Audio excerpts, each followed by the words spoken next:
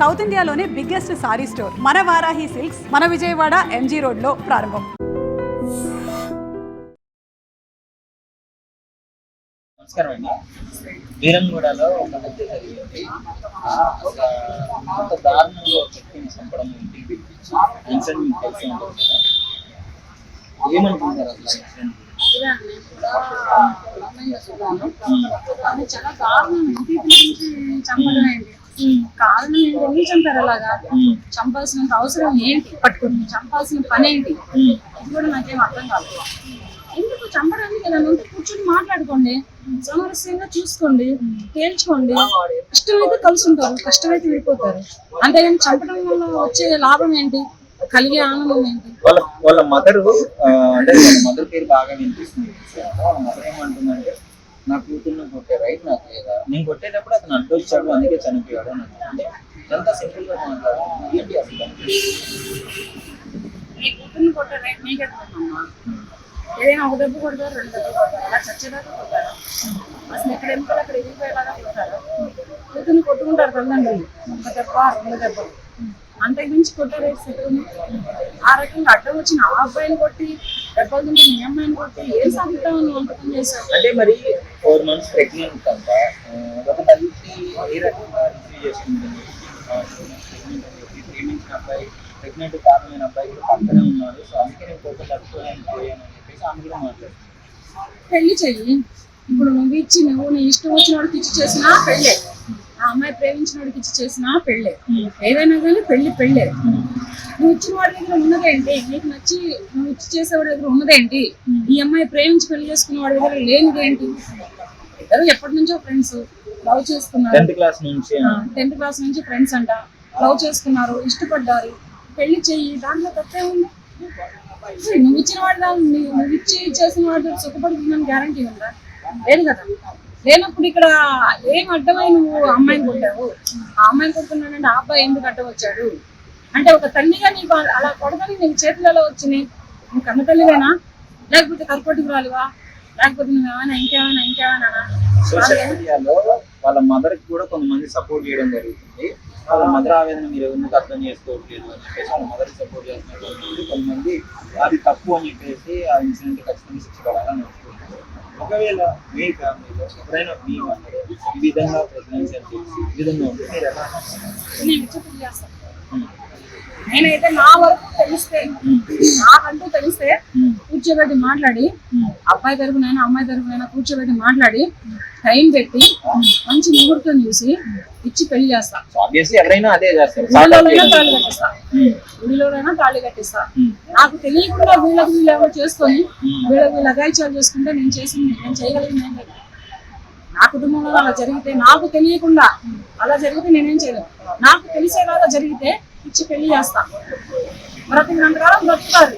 ఏమో ఒడిగినట్టు మా పిల్లలు మా ఇంటికి వచ్చేస్తారు. వాళ్ళ పేరెంట్స్ పరిస్థితి అసలు ఏ స్థాయిలో ఉంది? ఇప్పుడు పేరెంట్స్ అంటే ముఖ్యంగా ఇప్పుడు తల్లి ఉంది కదా, అమ్మాయి వాళ్ళ తల్లి, ఆ తల్లికి ఇప్పుడున్న హస్బెండ్ కూడా మొదట ఆయన కాదు అని చెప్పేసి కూడా ఇంక ఇక్కడ నీకు పరువు ఎక్కడ ఉంది? ఈ పరువు వచ్చాయి అయితే ఇంక నీకు పరువు ఉందా? నువ్వే వేరే వాడిని ఉంచుకొని నీ కూతురు ప్రేమించి మంచి ఫస్ట్ క్లాస్ లో ప్రేమించి పెళ్లి చేసుకుంటే నువ్వు ఇక్కడ పరువు ఎక్కడ ఉంది?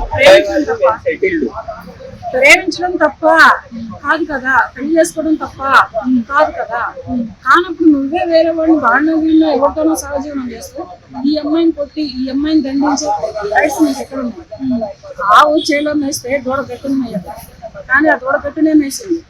ఏ 4వ పిల్లలోనో 3వ పిల్లలోనో ఏ పిల్లలోనో చూసుకోలేదు కదా.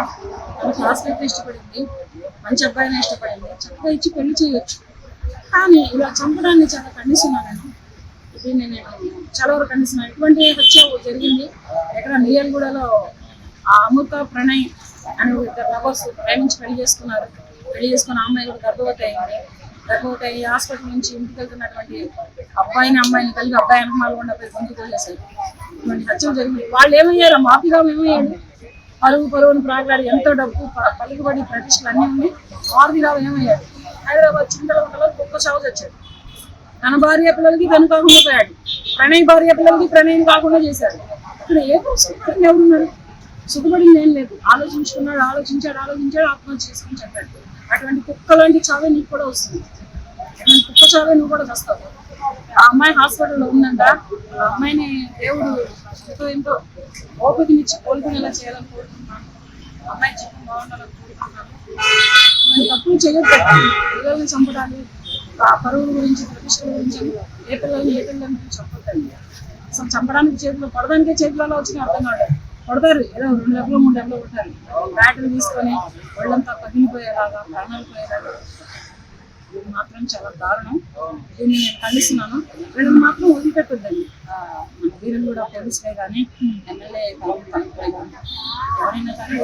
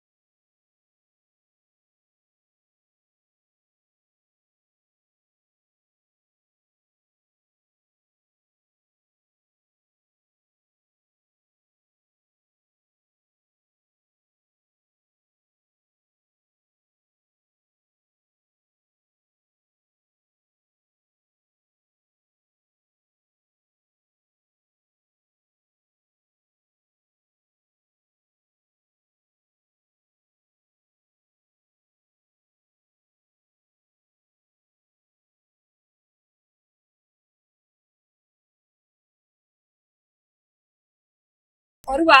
మీ అమ్మాయి వేరే వాడిని ఎప్పుడైతే ప్రేమించిందో అప్పుడే పరువు పోయింది. అయినా ప్రేమకు పరువు ఎక్కడ ఉంది? ప్రేమకి మరణము లేదు, పరువు లేదు, ప్రతిష్ట లేదు, ఈర్ష్య ద్వేషాలు లేవు. ప్రేమకు ప్రేమ ఒక్కటే ప్రేమ. అందుకని ఈ ప్రేమను కూడా ఇలా ఈ రకంగా చంపితే ఇంకెక్కడ బ్రతుకుతుంది యువత? ఏమైపోతుంది యువత? అయినా అబ్బాయిని చంపాల్సిన పనేముంది? మీ అమ్మాయిని కంట్రోల్లో పెట్టుకోండి. కంట్రోల్లో ఉండకపోతే ఇచ్చి పెళ్లి చేయండి. అబ్బాయికి పెళ్లి చేసుకుంటే ఇద్దరు హ్యాపీగా ఉంటే చూసి సంతోషపడండి. ఆమె కూడా అదే అంటుంది, మా కూతురే తప్పు, నేను ఆమెనే కొడుతుంటే మధ్యలో అడ్డం వచ్చిండు, ఆ బ్యాట్ అతని తగిలి చనిపోయిండు. అసలు నీ ఇంటికి అబ్బాయి ఎందుకు వచ్చాడు? తన కూతురే పిలిపించింది, తన కూతురే తప్పు అని చెప్పి నేను ఒప్పుకుంటాను. సామస్యంగా మాట్లాడండి. కొట్టడం ఎందుకు? నీ కూతుర్ని కొట్టే హక్కు కూడా నీకు లేదు. అమ్మాయి ఒకవేళ మేసరైతే, ఆయనదైతే ఏదో ఒక మాట దెబ్బ కొట్టి భయం భక్తో చెప్పుకోవచ్చు. కానీ అదేమీ లేకుండా ఒక అమ్మాయి మేజర్ అయినటువంటి అమ్మాయిని కొట్టే హక్కు నీకు ఎవరిచ్చారు? హక్కు లేనప్పుడు నువ్వు ఎందుకు కొట్టావు? ఒకటి రాంగు. ఏదైనా ఉంటే మాట్లాడాలి, ఏదైనా ఉంటే మాట్లాడాలి. అంతేగాని ఈ అమ్మాయిని కొట్టడం, అమ్మాయినైనా కొడతారా? కొడితేనే అబ్బాయి చచ్చిపోతాడా? ఇవన్నీ కావు. ఇది ఉద్దేశపూర్వకంగా పిలిపించారు అబ్బాయిని. అమ్మాయిని కూడా ఇష్టం వచ్చినట్టు కొట్టారు, సచ్చేటట్టు కొట్టారు. ఐసీయూలో ఉంది ఇప్పుడు. అమ్మాయి కూడా చచ్చిపోయింది. చాలా దారుణం. ఇప్పుడు అబ్బాయి వాళ్ళ తల్లిదండ్రులకు తెలిస్తే వాళ్ళు ఎంత బాధపడతారు? అబ్బాయికి అసలు తల్లిదండ్రులు ఉన్నారా? మీ అమ్మాయిని మీరు కన్నట్టు అబ్బాయిని వాళ్ళు కనలేదా? అబ్బాయికి తల్లిదండ్రులు లేరు, పెదనాన్నే పెంచారు. అది అబ్బాయికి తల్లిదండ్రులు లేరు, గార్డియన్ మాత్రం. గార్డియన్ ఎవరో ఒకరు పెంచిన వాళ్ళకైనా బాధ ఉండదా? ఇప్పుడు కన్న ప్రేమ కంటే కూడా పెంచిన ప్రేమే గొప్పదంట. ఆ ప్రేమలోనే చాలా త్యాగం, చాలా ఆప్యాయత, అనురాగాలు ఉంటాయంట. అటువంటి అబ్బాయిని మీరు చంపారు అంటే మిమ్మల్ని ఏమనాలా? మీరు అసలు మనుషులా లేకపోతే ఇంకేమైనానా? ఇష్టం ఉంటే పెళ్లి చేయండి. ప్రేమించుకుంటే పోయేదే ఉంది, కలిసి ఉంటారు. కలిసి లేకపోతే మీ అమ్మాయి మీ ఇంటికి తిరిగి వస్తుంది. ఇక్కడ పరువు ఏమి పోదు. కలిసి ప్రేమించుకున్న వాళ్ళకి పెళ్లి చేస్తేనే పరువు నిలబడుతుంది. ఇది పరువు అంటే. అంతేగాని అబ్బాయిని చంపి, మీ అమ్మాయిని కొట్టి, మీ అమ్మాయిని హాస్పిటల్ పాలు చేసి మీరు జైలు పాలు వెళ్తే ఇది పరువు అంటారా? ఈ పరువుకి ఒక వాల్యూ ఉందా? ఈ పరువుకు ఒక ప్రతిష్ఠ ఉందా? ఈ పరువుకు ఒక మర్యాద ఉందా? ఏమీ లేని పరువుల్ని మీ నెత్తిని ఎందుకు వేసుకొని తిరిగేది? అనవసరంగా అమాయకుడైనటువంటి అబ్బాయిలు ప్రాణాలు తీసేది. ఇవాళ అబ్బాయి ప్రాణం తీస్తారు, రేపు ఇంకొక అమ్మాయి ప్రేమించిందని అమ్మాయిని కూడా చంపేస్తారు. అంటే 18-20 సంవత్సరాలకి ఇట్లా గర్భవతి అనేది బయట ఎటు పోతున్నాం సమాజం? 18-20 ఏముంది? ఇంత ముందు 13 ఏళ్ళకే అయ్యారు. మరి 30-40 ఏళ్ల క్రితం 13 ఏళ్ళకే మ్యారేజ్ అయిన అమ్మటనే పెళ్లిళ్ళు చేసేవాళ్ళు. దానికి వైవాహిక జీవితంలో మరి గర్భవతులే. 13 ఏళ్ళు అంటే చాలా తక్కువ, ఒప్పుకుంటాను. 18 ఏళ్ళు అంటే కొంచెం మేజర్ అయి ఉంటుంది అమ్మాయి. 18 ఉన్నాయో ఇంకా ఎక్కువే ఉన్నాయో ఎవరికి తెలుసు? తక్కువ ఉంటే మరి అది ఆలోచించుకోవాలి. అయినా కొట్టద్దు కదా, మేజర్ నైనా మైనర్ నైనా కొట్టే రైట్స్.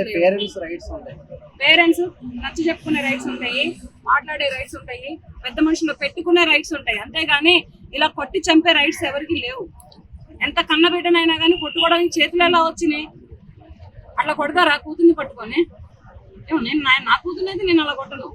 నచ్చ చెప్పుకుంటాను, బుజ్జిగిచ్చుకుంటాను, ఇంకా కాదంటే కాళ్ళు పట్టుకుంటాను, కాదంటే వాడికి ఇచ్చి కట్టబెడతాను.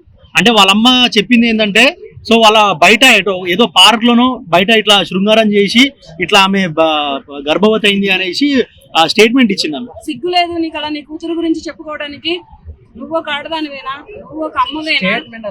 నీ కూతురు గురించి అలా చెప్పుకోవడానికి నీకు సిగ్గు లేదా? స్టేట్మెంట్ లోనైనా అలా నోరు విప్పడానికి నీకు సిగ్గు లేదా?